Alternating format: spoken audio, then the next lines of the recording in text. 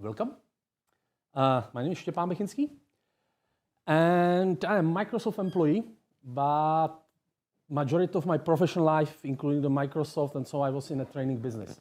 So I started as a freelance trainer in 1995, and I spoke on a lot of conferences. I did a lot of lectures for our customers online, on site, and so on. So today I will speak and I will share some tips and tricks, how to speak on conferences, how to prepare, what to avoid, and so on.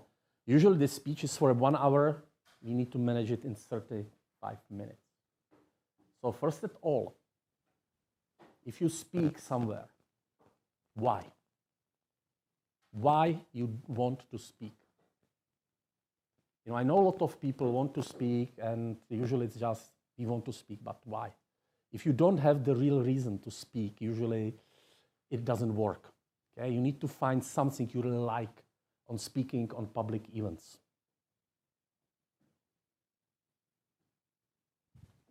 For me, it's easy. It's an ego trip.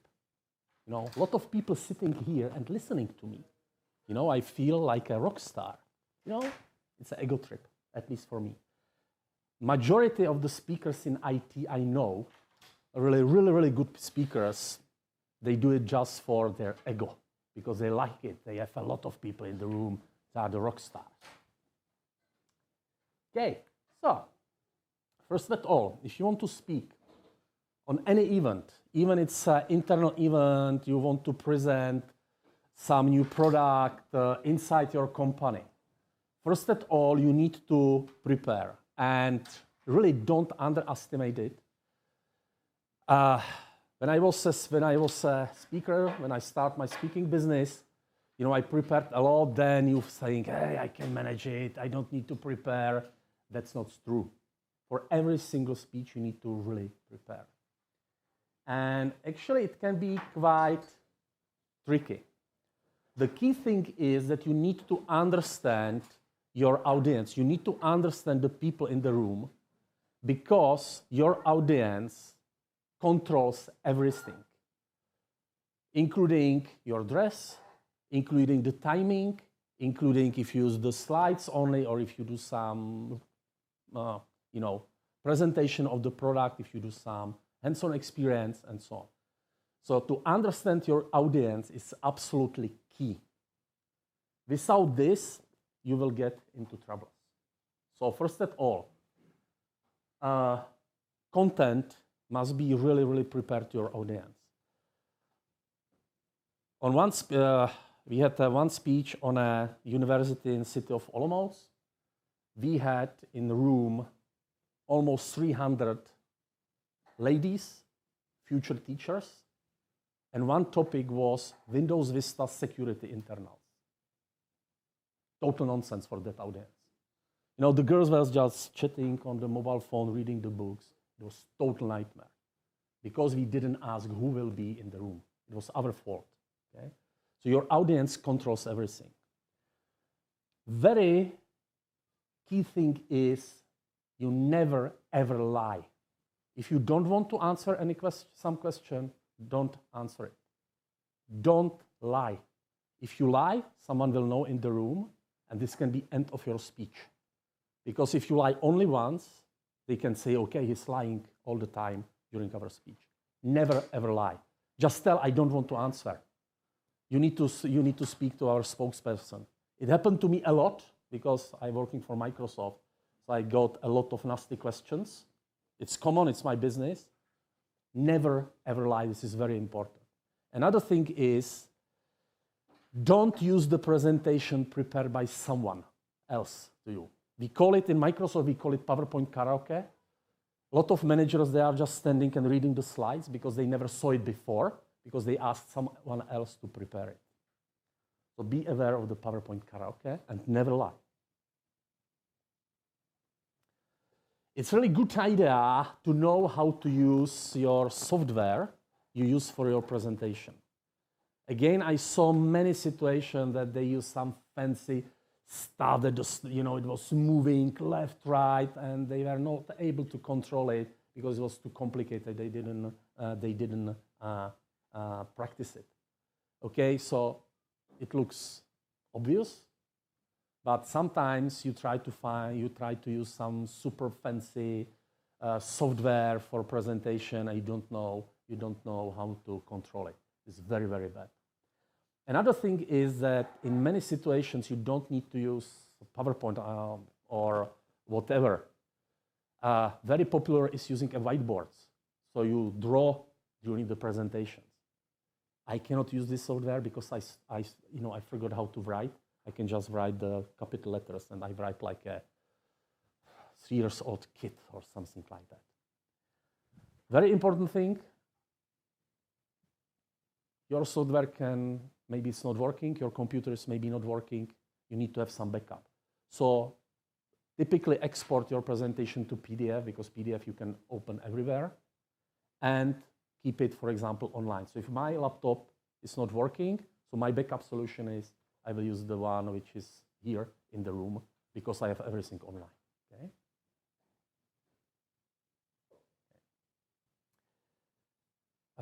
Typically, when I'm showing some Microsoft technology, I'm not using the slides, I show the technology.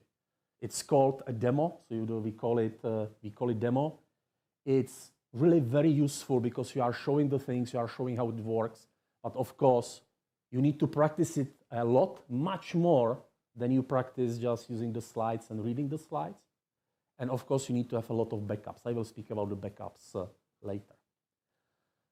If you use some demonstrations, some real demo, what's really useful, and it's very useful when you are doing some online trainings, using tools where you can write, when you can draw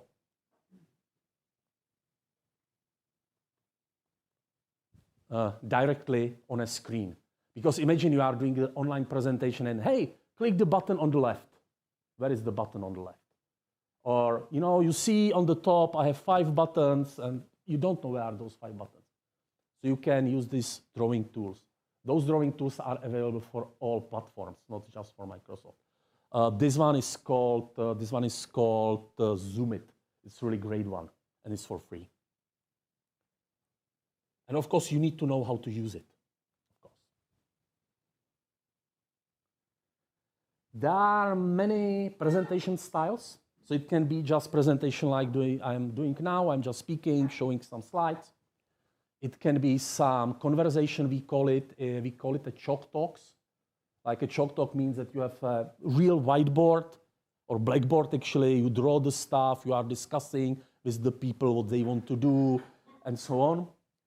I really like practice labs. So the people, usually you show something on the screen, people try to repeat it, or you provide some step-by-step guide what to do. I really like this a lot. But again, to prepare a practice lab is very, very time-consuming. You need to keep it up to date. It's not easy. The most complicated thing you can do is to do a virtual events. My previous job in Microsoft was a technical trainer. So I spent 5 years sitting at home and doing the online trainings 8 hours a day. You want to shoot yourself in a few months, honestly. This is super complicated. This is super tough for your mental health. You need to have a lot of equipment because you need to have a camera, you need to have lights, you need to have a high-quality microphone, and so on. So it's very, very tough, and this is the most complicated job I ever did. Speaking in the room like this, it's nice. And it's easy. Very important when you speak on a public to have to follow a proper dress code. You probably understand, speaking me here in a tuxedo, I will look weird. You will more thinking about why I'm wearing a tuxedo. You will not thinking about my slides. You are not thinking about the content. Just warning, now I will be very, very open. Maybe someone will not like it. Special for women. Do not use any distracting clothes. I remember many speeches where I just remember the lady on the stage because of the clothes. I don't remember the speech. Be very, very careful. Don't use any destructive clothes. Okay? It's very, very important. Another thing, for the men, if you have some sweet jacket, If you sit and you don't open it, it will go up here like this, and you will look really, really weird. If you know at front that you will use this type of the microphone I'm using, I have a wrong dress for this type of the microphone. You need to have something when you really want to put it. This is not really perfect one. So the dress code is very, very important. Not right dress code, nothing distracting. And if you know that you will use this type of the microphone, you need to have the proper one when you can hold it. And especially if you have some kinds of the dress, this microphone, really, you cannot put it on your cement and it's falling down, it's weird. So, preparation is the key. Then you must be able to use your equipment. Again, it looks obvious, but with the equipment, you can have a lot of issues with the equipment. You can, maybe you will not know how to operate it, especially if you are under stress. You can start, it's not working, what should you do now, and so on. So first of all, test everything ahead. Okay. And again, it depends where you are speaking. If it's speech like this one, it's quite easy here. I have just video output, I just take microphone, easy peasy. But if you speak especially to large audiences, if it's some big conference, to using some equipment, it can be quite difficult. I was on many conferences and I was not able to connect my own laptop. So I was not able to do demos. So I will speak about those situations later. If you need some special equipment, you need to speak to a conference, to some conference manager. You need to speak to technicians if is it possible. So typically, only thing you have on a stage is HDMI cable. Maybe you will have the electricity. So now I am running from a battery on my laptop. So again, charge your laptop before you will start your speech. But forget that you will have any other equipment. If you need some, you need to communicate it ahead, or you need to bring your own one. Okay? Especially if you have some really, especially if you have some really special needs. I remember years ago when we went to any speech, even like speech like this, at a big bag with a lot of equipment inside, for video, for audio, we carried a lot of stuff. Usually you don't need it now, but a few years ago the situation was really, really different. Especially when we did some demos, when you needed more physical computers. Then we used the switch for the video signal and so on. Now, if I need more computers, I run everything in the cloud, so it's easy now. But in the past, it was really different. It's getting really, really better. With video, like a presentation like this, first of all, be careful. Some applications maybe you want to show doesn't work on a raw resolutions. Still, in many rooms where you will do the speech, you will find the projector, the beamer, with a raw resolution. This one is full HD, which is absolutely okay, it's perfect. But it can happen that you will have something with low resolution, and maybe some applications will not work on a low resolution. So from my personal experience, I am a trainer of Power BI. If you don't have a full HD, Power BI is almost useless because the dialogues are so big, there are so many stuff, you need to have a higher resolution. If, again, HDMI is the common thing. If you use something other, you bring your own adapter. You don't want to run 5 minutes before your speech finding the adapters. My question is whether you somehow test your presentation at different resolutions. So, if I am using just tool like PowerPoint, I don't test it because those tools are working on different resolutions. Sorry, there was the question if I test different resolution before my speech. So the answer is yes.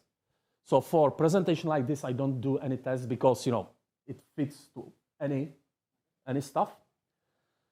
If I know that I will present some real tool, like for example Power BI, usually I'm checking what is the minimum recommended resolution. Okay? And sometimes I test it. Usually not, but at least I'm looking in a documentation what is the minimum recommended resolution. Because my special experience is with the Power BI, because it really needs a really huge resolution to be able to use it. Microphone. This is your enemy. This is the enemy. You don't want to use it because it's very complicated. If you don't know how to hold it, so people usually speaking like this, doesn't work.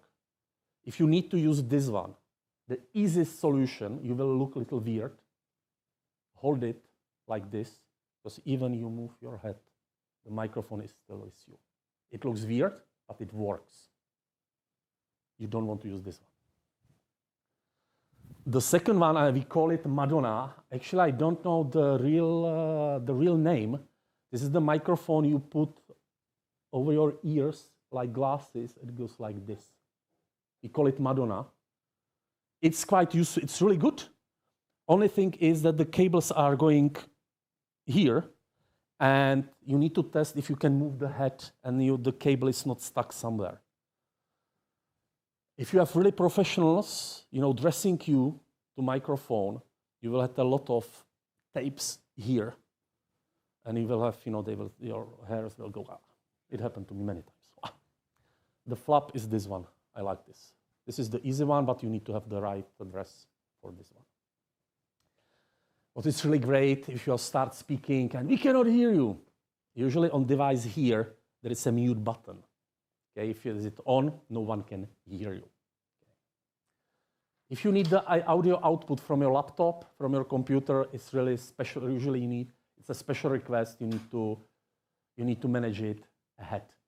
Forget that you will be able to push the audio through the HDMI. Usually it doesn't work. Even the HDMI can do it. Okay. Internet, usually it doesn't work. If you need it, you know it. Like, you have the Murphy law, so you need to have a backup plan. Your mobile device with the data connectivity, or what we are doing if the speech is very, very important. Usually, what we do, we prepare a video of some demo, of some demonstration, which is on my laptop, so I don't need to use the internet connectivity if it is not working, or if the internet connectivity is bad, and so on, or just using the screenshot. So you need to have a backup plan for not working internet. And it's not so unusual that the internet is not working.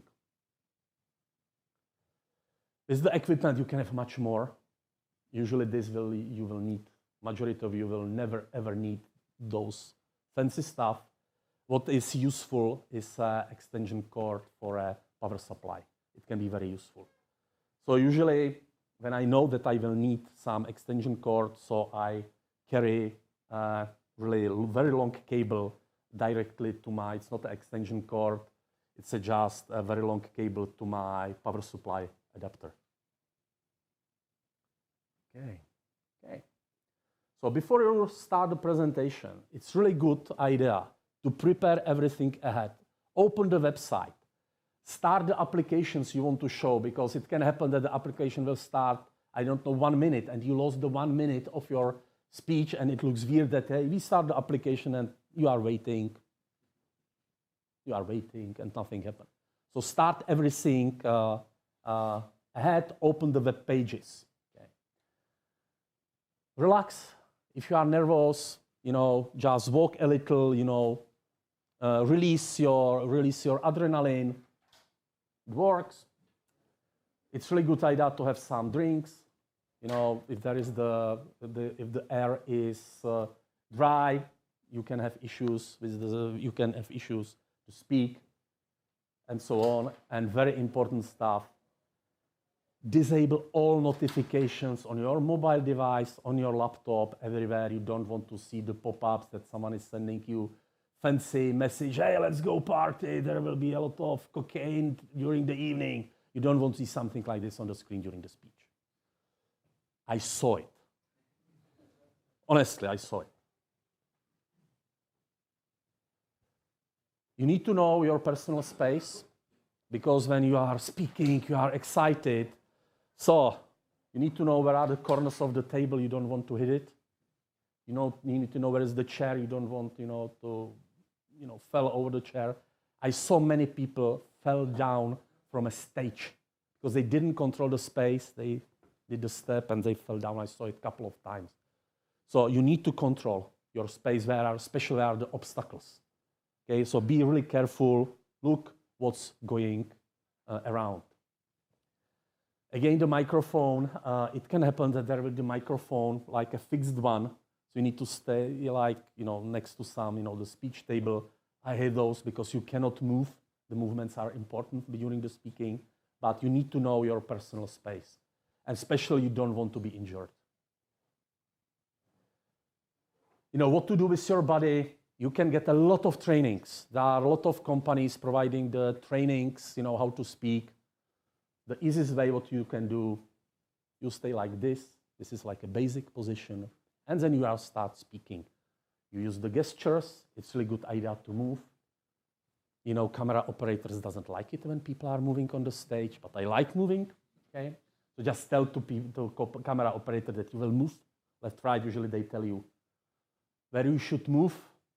Typically, you can have some marks on the floor where to move and so on. Look to people. It's really not a good idea to speak like this or like this, reading the slides. I saw it many times. Okay. This M shape means that if you don't know how to look at people, you're just looking. You are looking here, then I go here, then I go there, I return back, and so on. You're looking the shape, M shape. Because then people are thinking that you are speaking directly to them because you are looking to them. Okay? And I like using the gestures. Of course, be careful with the gestures. You can hit someone or something. Again, I saw it. Questions from audience. You need to have it under your control. You are the one who is the leader in the room.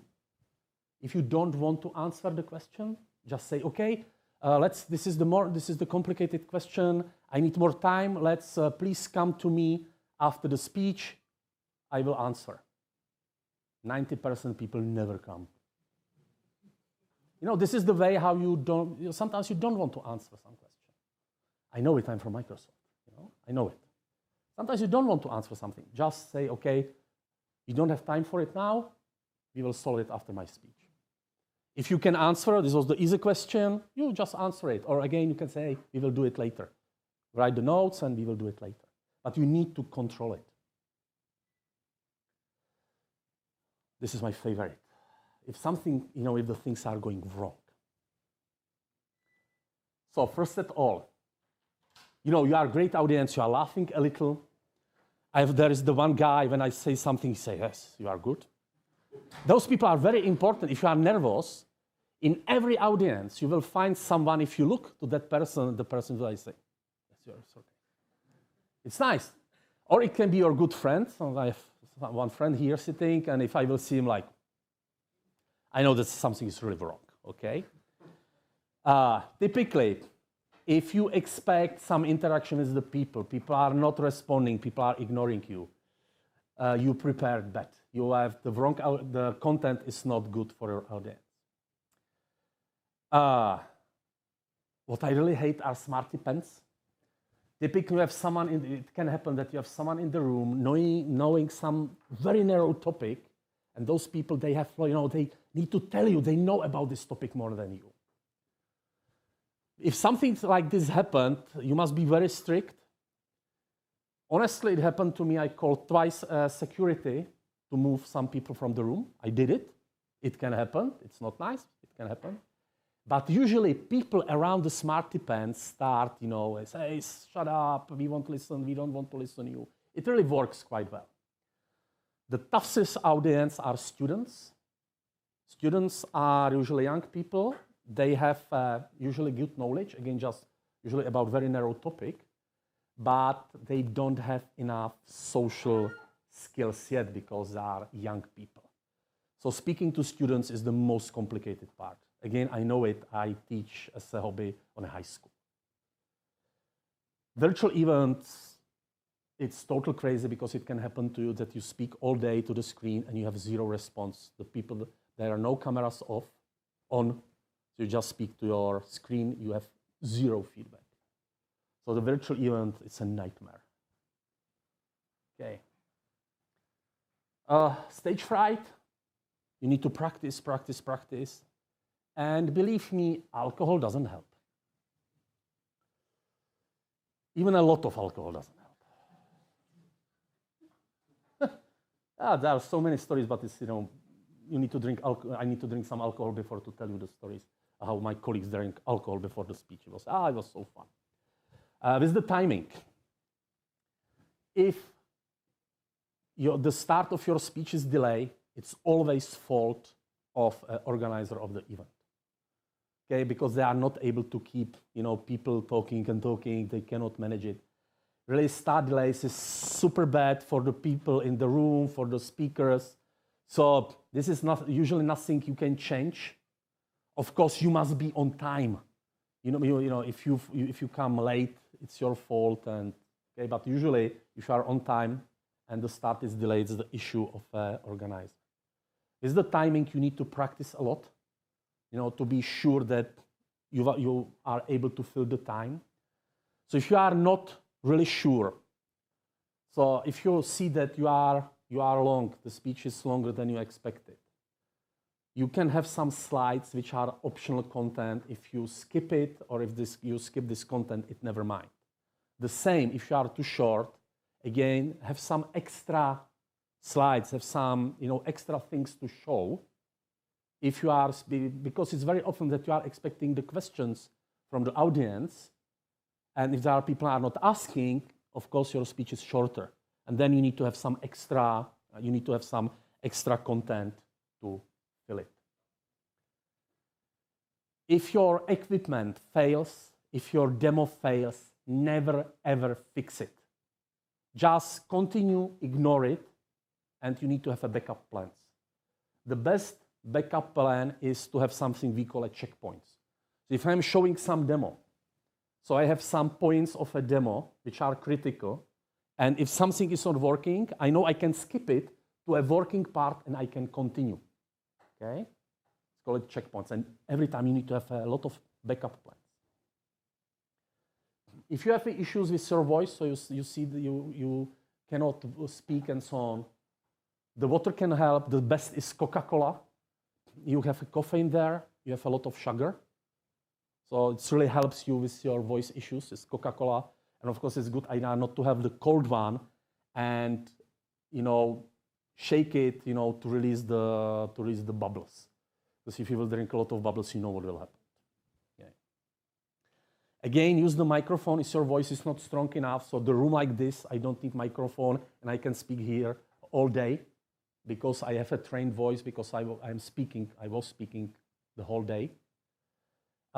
If you have some, speech impediments, it can be fixed, but it takes a lot of time. It can take years to fix a speech impediments. Okay, but if you will be a professional speaker, do it. Okay, if you want to improve, you need to use a feedback. Feedback forms, it's really good idea if you know that you will speak on a public for the first time. It's an important speech. Take the camera, do the speech, and then look to yourself on a camera. First time you will probably cry. Second time you will probably cry too. It's horrible to see yourself on a camera, and it's horrible to hear your voice. Because your voice is different than you know it. It's very, very different. Because your voice is going through the bones, through the skull, into your ear, but people hear you through the ears only. So it's very useful to speak abroad, to go to conference, to different country, use not your mother language. It helps a lot. It can improve your skills a lot.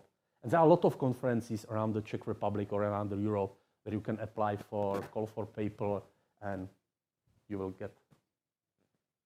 Okay, I'm perfectly on time. We have 5 minutes for the questions. Any questions?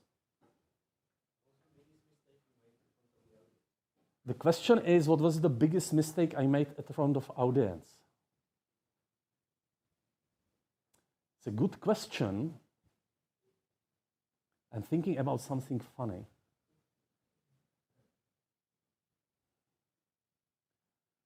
Actually, it was the mistake with the equipment, and it was a total nightmare because my laptop didn't work with a beamer, and I did the whole speech without anything. I was just speaking, and it was so bad because I didn't have a backup, and there were 400 people in the room.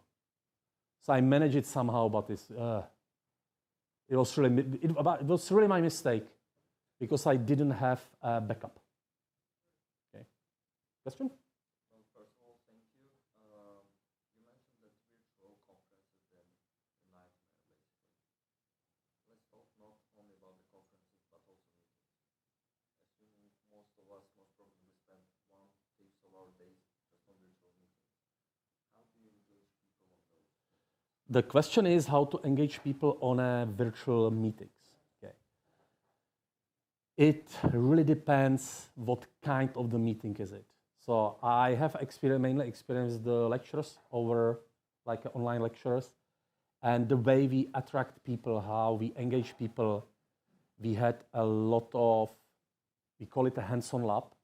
So typically I spoke like 45 minutes about some technology. I show how it works. And then they had like 1.5 hours to practice it by themselves. And usually it keeps people attention because they know, hey, I will try it in a few moments, so I will hear what's going on and I will be able to try it. Of course, I know a lot of colleagues, I'm not a big fan of it, they use some gamification quizzes.